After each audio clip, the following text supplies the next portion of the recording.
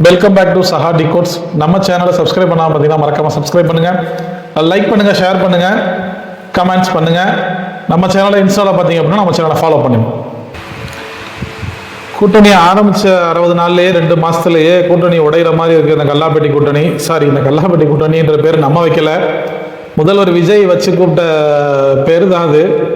அதனால தாவேகா கூட்டணிக்கு வந்து பேர் வைக்க போகிறதாவெல்லாம் பேசிக்கிறாங்க, புதுசாக பேர் தேடிக்கிட்டு இருக்காங்க.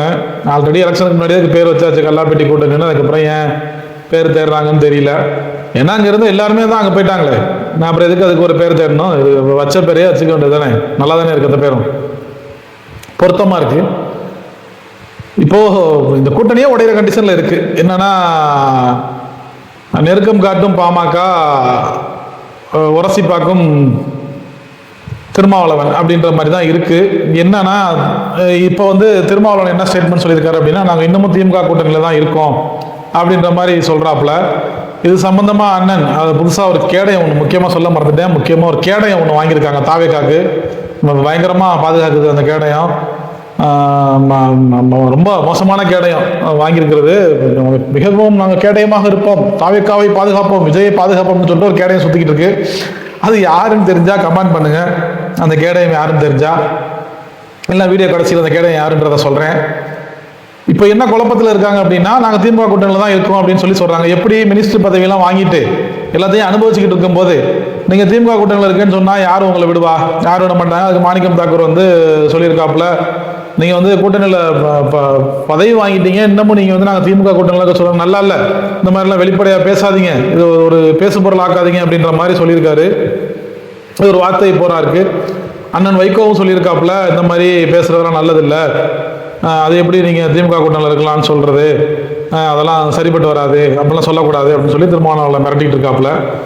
ஏன் எங்கே பிரச்சனை ஆரம்பிச்சிச்சு அப்படின்னா, இடைத்தேர்தல் முன்னாடியே வந்து அவங்க கண்டிஷனில் தான் போயிருக்காங்க. அதாவது வாய்மொழி உத்தரவில் தான் திருச்சி கிழக்கு இடைத்தேர்தலில் திருமாவளவன் நிற்கணும், இன்னும் ஜெயிச்சிட்டார் அப்படின்னாக்கா அவருக்கு வந்து வன்னியரசுக்கு கொடுத்துருக்க மினிஸ்டர் பதவியை பிடுங்கி திருமாவளவனுக்கு கொடுக்கணும் அப்படின்ற மாதிரி பேசியிருக்காங்க.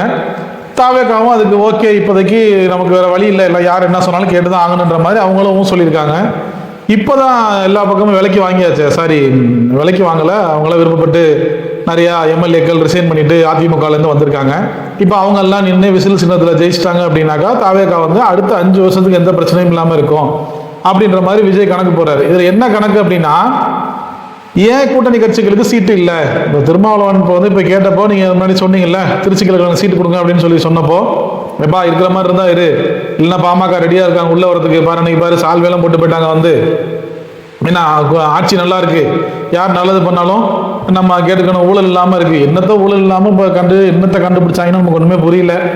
அதனால இருக்கிற மாதிரி இருந்தால் ஒழுங்காக இருந்துக்கோங்க, ஒரு மினிஸ்டர் பதவி வாங்கிட்டு ஜாலியாக ஜம்முன்னு இருங்க, இல்லையா வெளியே போங்க அப்படின்னு சொன்னோடனே திருமாவளவன் டென்ஷன் ஆகிட்டாப்ல. என்னடா நம்ம ஜெயிச்சு முதல்வராக நம்ம ஜெயிச்சு எம்எல்ஏ ஆகி ஒரு மினிஸ்டர் பதவி வாங்கிடலாம், வன்னியரசு இருந்தது போதும் அப்படின்ற மாதிரி சொல்லிடலான்னு பார்த்தா இவங்க நமக்கு சீட்டு தர மாட்டேங்கிறாங்களே. இப்போ போகிற போக்க பார்த்தா நம்ம எப்போ ஜெயிச்சு நம்ம எப்போ மினிஸ்டர் ஆகி இது சரியாக வராது, நம்ம திரும்ப திமுகக்கே போயிடுவோம். ஏன்னா இது வந்து ஒரு ஒட்டாத கூட்டணி தான், யாருமே விருப்பப்பட்டெல்லாம் போய் சேரலை, எல்லாரும் பதவி ஆசை காட்டி அப்படி இப்படி போய் சேர்ந்த கூட்டணி தான்.